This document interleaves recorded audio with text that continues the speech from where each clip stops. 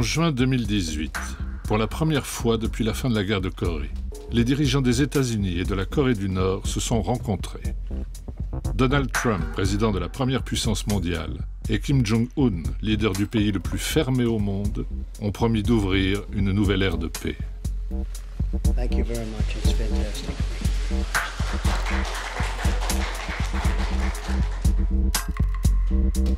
Fin avril 2018, le long de la frontière la plus militarisée du monde, Kim Jong-un et le président sud-coréen Moon Jae-in avaient lancé ce rapprochement.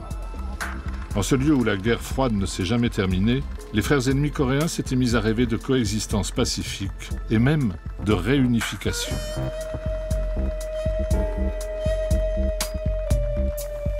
À l'automne 2017, Washington et Pyongyang se menaçaient encore mutuellement de frappes nucléaires, au point d'inquiéter la Chine, la Russie, le Japon, le monde entier.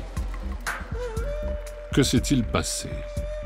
La pression maximum imposée par les États-Unis a-t-elle payé? La très martiale Corée du Nord est-elle prête à abandonner ses missiles nucléaires et à rejoindre la communauté internationale?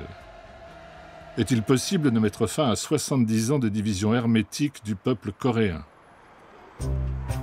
Pour répondre à ces questions, il faut plonger au plus profond de la péninsule coréenne, lieu de confrontation des grandes puissances depuis plus de 100 ans.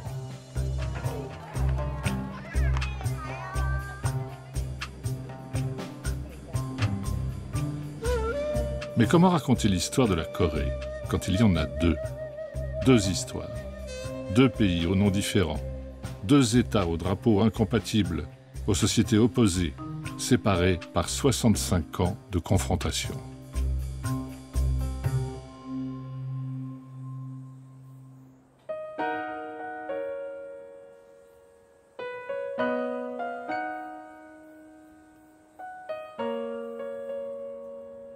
Depuis 1945, la DMZ, zone démilitarisée, ultra-militarisée, sépare la nation coréenne comme une immense blessure de guerre. 45 millions de Coréens au sud, 25 millions au nord. Pour ce film, certains ont accepté de raconter ensemble leur histoire.